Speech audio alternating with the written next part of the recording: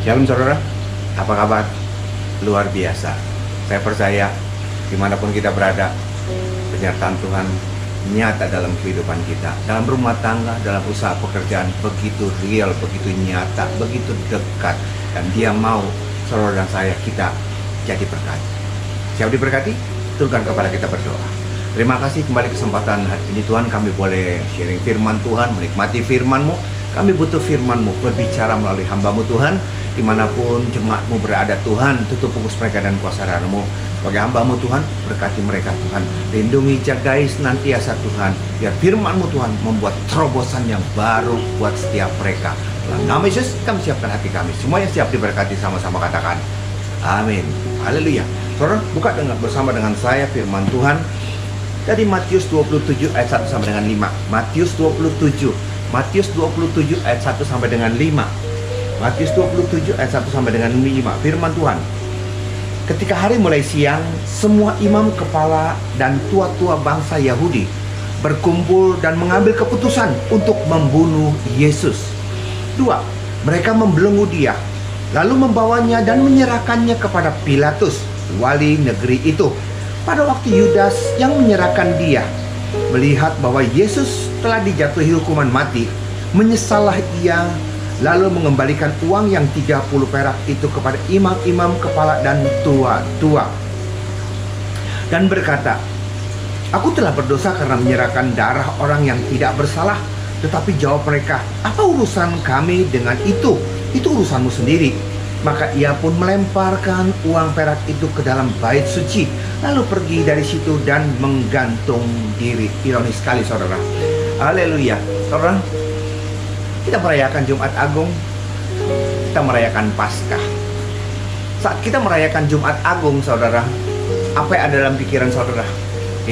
Waktu kita merayakan Jumat Agung, apa yang ada dalam pikiran saudara?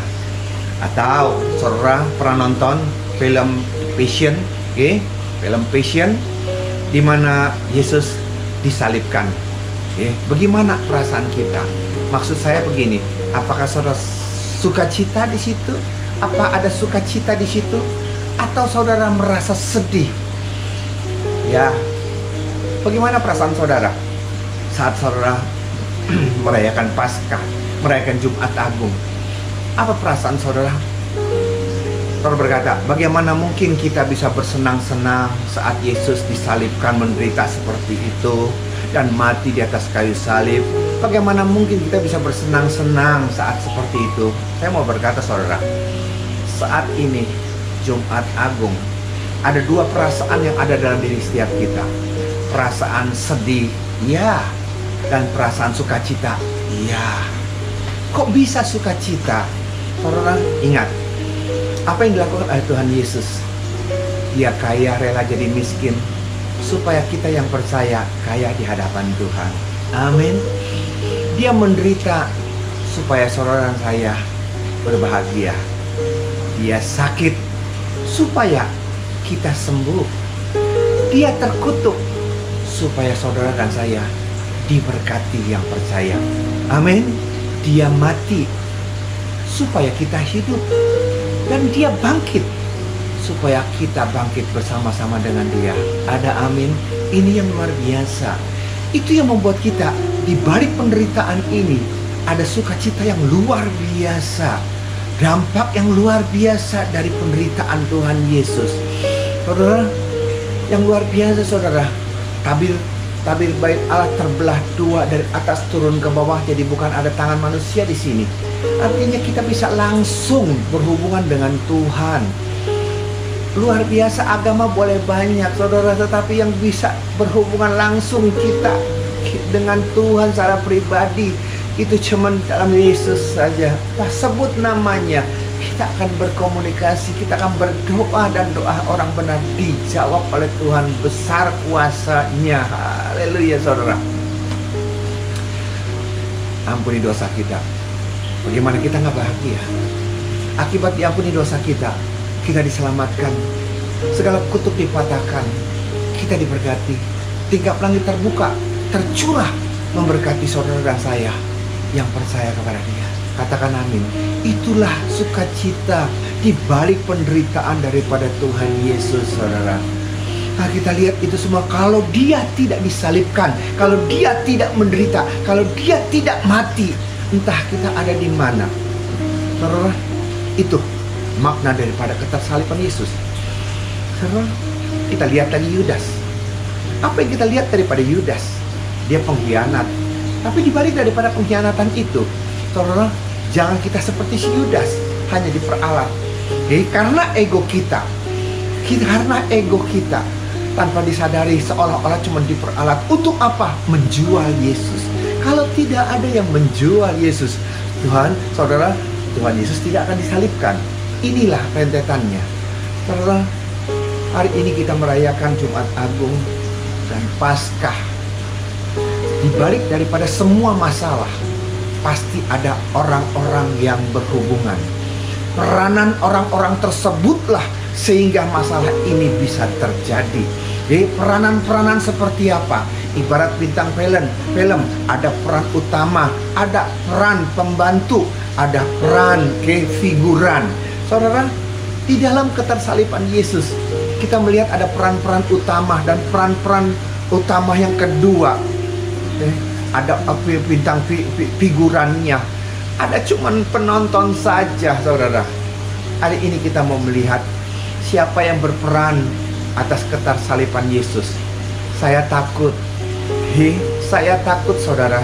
Yesus memang tidak disalibkan lagi, tetapi saya takut ada orang-orang punya peranan saat ini. Ada orang yang punya peranan saat ini, seolah-olah mau menyalibkan Yesus kedua kali, karena dia tidak percaya bahwa Yesus sudah disalibkan untuk menyelamatkan, untuk mengampuni dosa saudara dan saya. Mari kita belajar sama-sama peranan, siapa yang megang peranan sehingga Yesus disalibkan. Kita buka firman Tuhan dari ayat yang pertama. Ketika hari mulai siang, semua imam kepala dan tua-tua bangsa Yahudi berkumpul dan mengambil keputusan untuk membunuh Yesus. Imam-imam dan tua-tua, mereka bukan orang kafir, mereka bukan orang tidak beragama, mereka baca perjanjian lama, mereka tahu siapa Allah. Tapi kenapa justru mereka yang mau membunuh Yesus, saudara? Apakah mereka bukan orang percaya? Mereka orang percaya. Kenapa mereka mau membunuh Yesus? Dan ini akarnya, saudara. Apakah mereka tidak percaya? Mereka percaya. Apakah mereka tidak melihat mujizat? Mereka melihat mujizat. Apakah mereka tidak percaya dengan mujizat? Mereka melihat segala sesuatu. Dan apapun yang dilakukan oleh Tuhan Yesus, mujizat yang dilakukan oleh Tuhan Yesus, itu tidak pernah bisa disamakan dengan orang-orang dan ahli-ahli nujum atau orang-orang ahli di sana, orang-orang ahli sihir di sana. Mereka tidak pernah akan bisa melakukan seperti Tuhan Yesus lakukan. Tetapi ironisnya mereka tetap tidak percaya dan mereka menyalibkan Yesus. Apa alasannya? Saudara, lihat firman Tuhan. Kita lihat dalam Yohanes 10 ayat 33. Yohanes 10 ayat 33.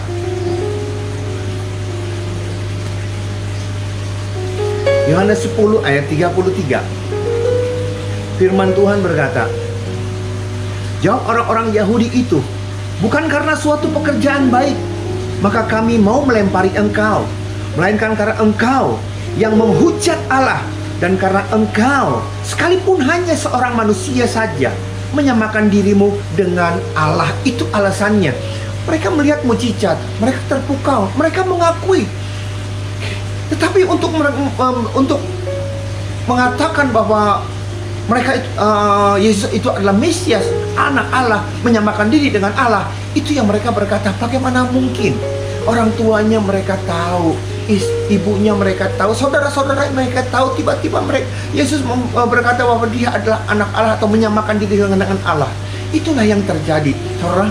Kenapa mereka mau menyalibkan Yesus? Karena mereka sudah punya pengajaran, karena mereka sudah punya dasar, karena mereka sudah punya dasar. Dan kita lihat apa yang tertulis dalam firman Tuhan di dalam Imamat, saudara. Kita lihat sekarang Imamat 24. Imamat 24 ayat 16. Imamat 24 ayat 16. Siapa yang menghujat nama Tuhan, pastilah dihukum mati dan dilontari dengan batu oleh seluruh jemaat itu, baik orang asing maupun orang Israel asli. Bila ia menghujat nama Allah, nama Tuhan haruslah dihukum mati. Inilah dasarnya. Kenapa mereka mau membunuh Yesus? Karena mereka punya patokan, mereka punya dasar, mereka punya pengajaran dalam perjanjian lama. Siapapun yang menghujat Allah, hukumnya rajam, lempar dengan batu, membunuh. Itu yang terjadi, saudara. Bahkan bukan di situ saja. Kita lihat dalam firman Tuhan. Kita lihat dalam firman Yohanes 5 ayat 18. Yohanes 5 ayat 18. Sebab itu orang-orang Yahudi lebih berusaha lagi untuk membunuhnya. Bukan saja karena ia meniadakan hari Sabat, tetapi juga karena ia mengatakan bahwa Allah adalah Bapaknya sendiri, dan dengan demikian menyamakan dirinya dengan Allah. Saudara, banyak hal yang Tuhan Yesus lakukan. Banyak hal yang Tuhan Yesus lakukan di mana itu buat mereka menghujat Allah. Dan itulah alasan kenapa Tuhan Yesus mau dibunuh. Saudara, kita lihat firman Tuhan dalam Matius 2 ayat 4 sampai dengan 6. Matius 2 ayat 4 sampai dengan 6. Saudara, kenapa hal ini bisa terjadi kepada orang imam-imam tua-tua? Saudara, karena mereka tidak pernah mau belajar. Mereka puas dengan apa yang mereka tahu, dan mereka tidak pernah mau melihat ke depan satu perubahan-perubahan yang luar biasa. Ingat, anggur yang baru dalam kirbatnya yang lama. Anggur yang baru taruh dalam kirbat yang baru. Jangan anggur baru taruh kirbat yang lama, sobek, rusak, pecah. Oke? Matius 2, kita lihat Matius 2 ayat 4 sampai dengan 6. Maka dikumpulkannya semua imam kepala. Ya, dikumpulkannya semua imam kepala dan ahli Taurat bangsa Yahudi. Lalu dimintai keterangan dari mereka di mana Mesias akan dilahirkan. Lihat, mereka berkata kepadanya, mereka tidak cari-cari lagi, tapi mereka langsung spontan berkata. Mereka mengatakannya kepadanya, di Bethlehem, di tanah Yudea, karena demikian ada tertulis dalam kitab Nabi. Dan engkau Bethlehem, tanah Yehuda, engkau sekali-kali bukanlah yang terkecil di antara mereka yang memerintah Yehuda, karena daripada mula akan bangkit seorang pemimpin yang akan mengembalakan umatku Israel. Saudara, ini yang terjadi. Jadi para imam-imam tua-tua ahli Taurat, mereka sudah tahu. Mereka sudah tahu ada waktu orang Majus datang, berkata bahwa ada bintang dari timur, mereka datang, ada Mesias, ada raja yang akan datang, dilahirkan. Mereka berkata, lalu Herodes berkata, apa benar? Iya, benar. Tapi apa arti kebenarannya itu kalau tidak disertai dengan niatnya dia untuk belajar, untuk mau tahu? Satu pelajaran yang luar biasa, saudara. Kenapa mereka mau membunuh Yesus? Mereka tahu segala sesuatu, tapi mereka tidak mau belajar di sana. Mereka asik dengan kenyamanannya, mereka asik dengan jabatannya, baik jabatannya dalam gereja, dalam pemerintahan, dalam segala sesuatu. Mereka itu asik di sana dengan jabatannya, dengan fasilitasnya. Mereka tuh nyaman dengan keadaan seperti ini, dan mereka tuh dalam keadaan seperti ini, mereka tuh nggak peduli. Mereka tidak peduli mau lahir atau tidak lahir, lahir di mana atau di mana caranya. Mereka tidak peduli. Yang mereka peduli cuma satu, jabatan mereka, status mereka, keadaan mereka. Mereka tidak peduli kepada itu semua, saudara. Dan itu yang terjadi. Dan itu yang membuat mereka vakum di sana. Mereka tahu kok. Mereka tahu akan lahir Mesias Bethlehem, tapi mereka tidak mau mencari tahu lebih lagi, tidak menginginkannya. Mereka tidak peduli. Yang mereka peduli cuma satu, diri mereka sendiri. Saudara, inilah yang terjadi. Berapa banyak, saudara? Maaf, saudara, ini dasarnya. Saudara, Tuhan kita baik, amin. Dalam keadaan seperti itu, apakah Tuhan diam saja? Apakah Tuhan diam saja? Maksud saya begini, saudara. Tuhan sudah bayar mahal loh untuk menebus saudara dan saya. Mungkin saudara berkata, aku tidak bayar. Ya, kau tidak bayar apa-apa. Bukan karena itu gratis, tapi karena saking mahalnya engkau tidak sanggup bayar, maka digratisin sama Tuhan. Saya ulang lagi, Tuhan sudah mengorbankan demikian mahalnya, dengan matinya, dengan kirimnya anak Allah, dengan kirimnya Yesus ke dunia. mati menderita buat saudara dan saya, untuk nebus saudara dan saya. Saudara sudah ditebus dengan darahnya yang mahal. Mungkin saudara berkata, aku tidak bayar. Memang kau tidak bayar. Aku digratisin, bukan digratisin, saudara. Karena saudara tidak sanggup membayar, maka digratisin. Bukan itu gratis, tapi karena nggak sanggup kita bayar, maka digratisin. Saudara coba bayangkan, apakah bandar mau rugi? Apakah Tuhan mau seperti itu? Diam saja ngelihat orang-orang yang ditipu oleh setan iblis dengan pekerjaan, dengan statusnya, dengan keadaannya, dengan kemewahan, dengan kekayaan, dengan apa yang dia miliki, sehingga dia lupa akan Tuhan. Berapa banyak orang seperti itu? Berapa banyak orang-orang yang seperti imam-imam dan tua-tua sekarang ini? Mereka beribadah, mereka bergereja, mereka dibaptis, mereka sudah diampuni dosa mereka, mereka sudah diselamatkan. So, apa yang terjadi? Sesudah itu, mereka kembali bekerja. Yang ada dalam pikiran mereka adalah satu, pekerjaannya, rumah tangganya, kesuksesannya, keberhasilannya. Hanya itu yang ada dalam pikiran mereka. Mereka beribadah, itu seperti formalitas. Mereka tidak mau peduli lagi dengan hal-hal yang lain. Yang mereka konsentrasi, yang mereka fokuskan adalah satu, usaha, pekerjaan, karir, dan bisnis. Kalau kamu dalam keadaan seperti ini, kalau sudah dalam keadaan seperti ini, apakah Tuhan diam saja? Tidak. Dia tidak mau rugi. Siapapun saudara yang sudah diselamatkan, dia akan terus berusaha untuk memanggil kembali saudara di dalam dia. Malaikat pun ngiri. Mereka berdosa, dilempar, tidak ada penyelamatan. Tapi kita yang berdosa, dikirimkan anaknya untuk tebus saudara dan saya.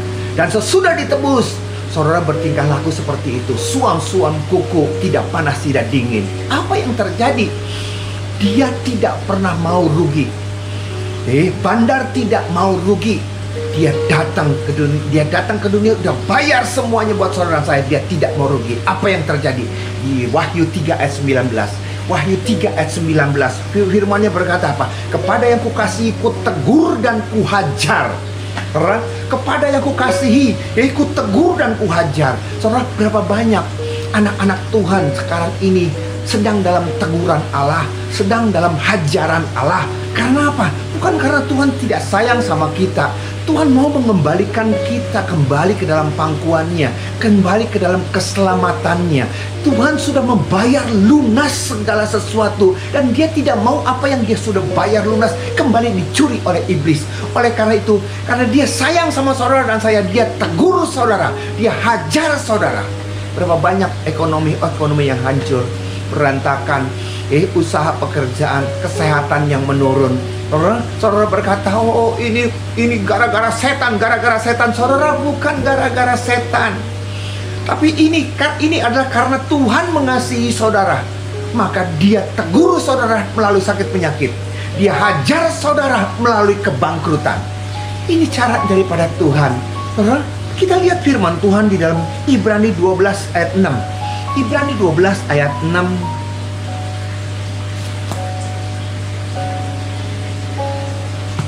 Ibrani 12 ayat 6. Kembali di firman Tuhan berkata, karena Tuhan menghajar, karena Tuhan menghajar orang yang dikasihinya, dan ia menyesah orang yang diakuinya sebagai anak. Dihajar, dia sesah kita, karena saudara dan saya anaknya. Kalau saudara dan saya anak gampangan, dia belum menjadi anaknya dia tidak peduli mau menderita, mau sakit, mau membelot, mau ke neraka, dia tidak peduli. Tetapi saudara dan saya ingat, kita sudah dibayar lunas. Dia tidak mau rugi. Dengan apa yang dia sudah bayar itu, dia ingin tidak ada satupun yang terhilang. Catat, dia tidak mau ada satupun yang terhilang. Dia mengasihi saudara saya. Katakan amin. Amin. Perhatikan, kita teruskan ayatnya. Ibrani kita teruskan tadi. Ibrani 12 ayat 10 dan 11. Sebab mereka mendidik kita dalam waktu yang pendek sesuai dengan apa yang mereka anggap baik. tapi Dia menghajar kita untuk kebaikan kita, supaya kita beroleh bagian dalam kekudusannya. 11. Memang tiap-tiap ganjaran pada waktu ia diberikan tidak mendatangkan sukacita, tapi duka cita.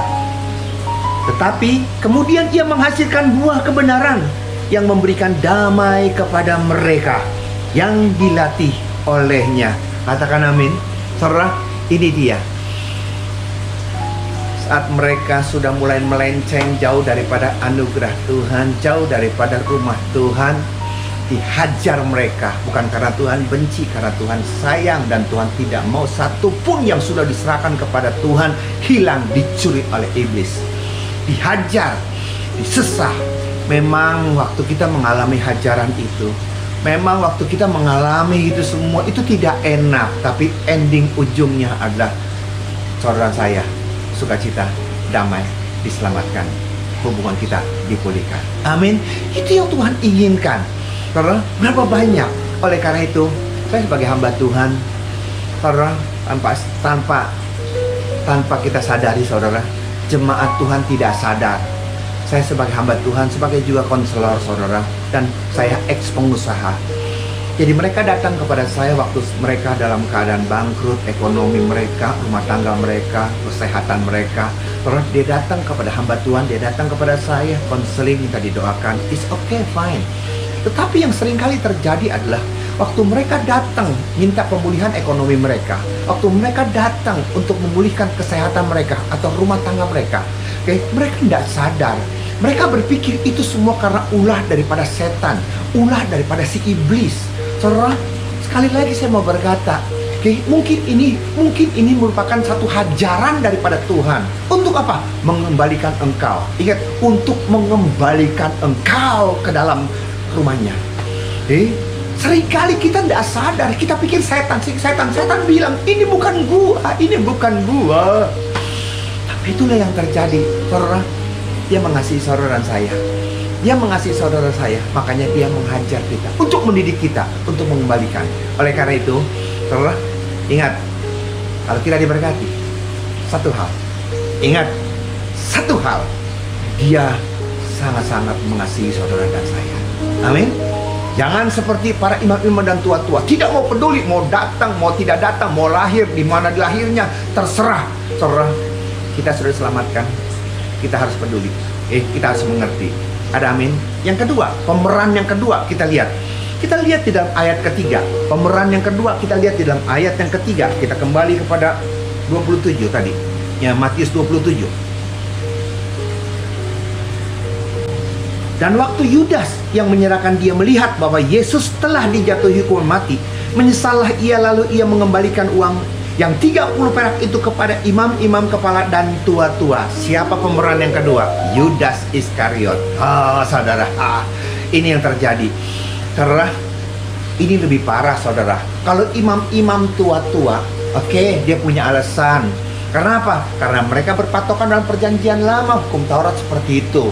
Tapi kalau Yudas beda dong. Yudas dipilih oleh Yesus. Yudas diajar, dididik sama Yesus, udah diajar, dididik lagi. Dan Yudas juga melihat bagaimana Tuhan bekerja dan bagaimana Tuhan mengusir setan kuasa kegelapan.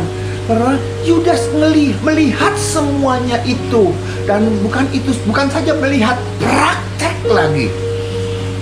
Yudas diberikan kuasa, diberikan otoritas untuk mengusir setan. Dan Yudas bisa juga Yudas melakukan semuanya dengan otoritas itu, mengusir setan, ada kuasa yang luar biasa, iblis kabur. Yudas ada di sana. Tapi satu hal, dia tidak peduli itu. Dia tahu perjanjian lama di sana, dia tahu Yesus seperti apa, tetap dia tidak bergeming. Yang dia pikir cuma satu, kebutuhan pribadi. Saudara, jangan ada Yudas-Yudas saat ini. Saudara tahu firman Tuhan, saudara sudah dibaptis, saudara sudah diselamatkan, saudara beribadah, memuji, menyembah Tuhan. Tetapi fokus saudara bukan kepada Tuhan, fokus saudara hanya kepada diri sendiri. Itu yang terjadi. Makanya firman Tuhan, lihat firman Tuhan, Saudara, Kisah Rasul ayat 1, Kisah Rasul 1 ayat 6 sampai dengan 8. Kita lihat Kisah Rasul 1 ayat 6 sampai dengan 8. Maka bertanyalah mereka yang berkumpul di situ, Tuhan, maukah engkau pada masa ini memulihkan kerajaan bagi Israel? Jawabnya, engkau tidak perlu mengetahui masa dan waktu yang ditetapkan Bapa sendiri menurut kuasanya. Tapi kamu akan menerima kuasa kalau Roh Kudus turun ke atas kamu, dan kamu akan menjadi saksiku di Yerusalem, seluruh Yudea, Samaria, sampai ke ujung bumi. Saudara, maaf saya mau tanya kepada saudara.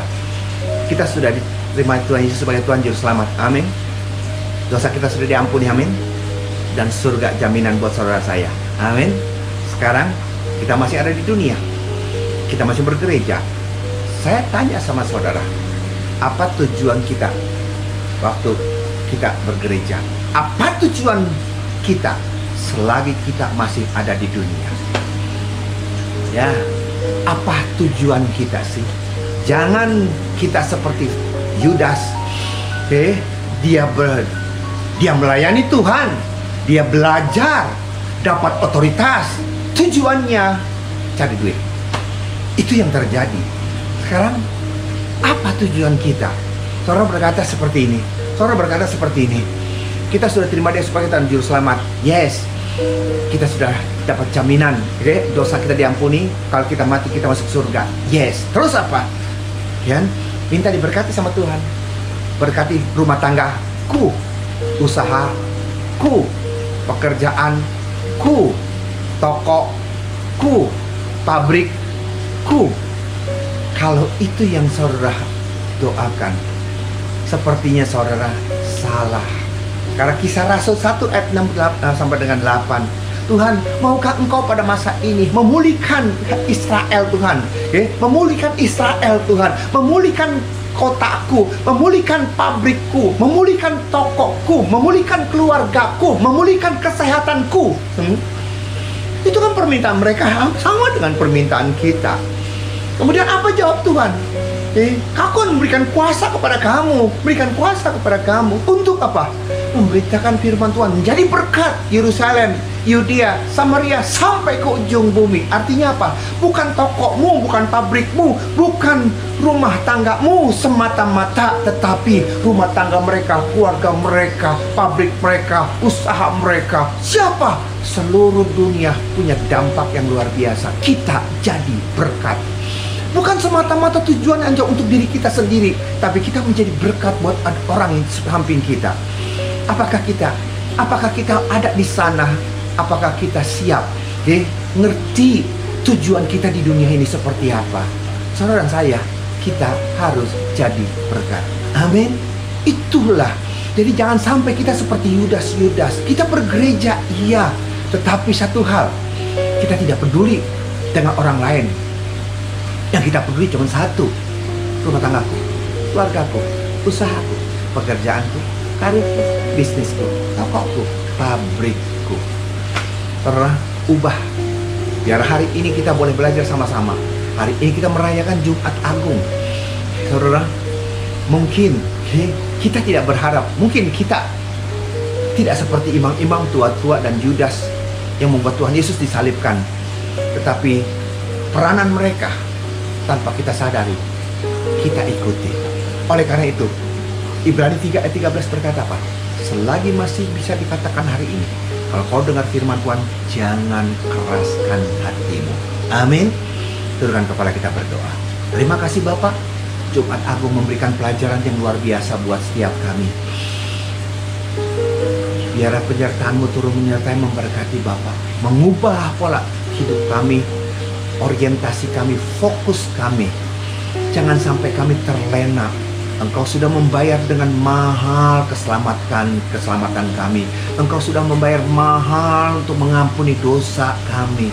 Dan Engkau sudah membayar mahal untuk kapling kami di surga. Jangan sampai kenikmatan dunia membuat kami terhilang. Tutup pungus kami dengan kuasa darah-Mu Tuhan. Lindungi, jagai. Kalau selama ini Tuhan, usaha kami jatuh, pekerjaan kami, pabrik kami merosot, kesehatan kami menurun, seringkali kami berkata dan menyalahkan ini adalah ulah daripada setan. Hari ini firman-Mu dengan indah mengatakan, Mungkin ini merupakan bagian rencana-Mu Bapa. Karena Engkau mengasihi kami, Engkau hajar kami, Engkau tegur kami. Karena Engkau mau setiap kami tidak ada yang terhilang. Berkati Tuhan jemaat-Mu dimanapun mereka berada. Mampukan mereka, singkapkan Tuhan, berjarak lebih lagi. Supaya melalui Jumat Agung ini Tuhan, benar-benar Tuhan, yang segala macam kutuk sudah benar-benar dipatahkan. Segala macam sakit penyakit sudah dihancurkan. Kemerdekaan sungguh-sungguh menyertai mereka. Karena semua yang jahat sudah disalibkan di atas kayu salib oleh Engkau Bapa. Di dalam nama Yesus, memberkati Tuhan negara kami, presiden, wakil presiden, gubernur, dokter dan suster dan semua jajarannya. Ya, penyertaan-Mu ada menyertai berkati. Dan kami melihat Tuhan sudah bekerja dengan luar biasa. COVID-19 sudah mulai berkurang, sudah mulai tidak berkuasa lagi. Karena ada orang benar yang berdoa senantiasa. Terima kasih Bapak. Berkat-Mu senantiasa secara menyertai jemaat-Mu. Dalam nama Yesus, tersyukur berkat-Mu. Haleluya. Amin. Demikian saudara, firman Tuhan kesempatan hari ini. Selamat Jumat Agung, selamat Paskah, Tuhan Yesus berkati. Shalom.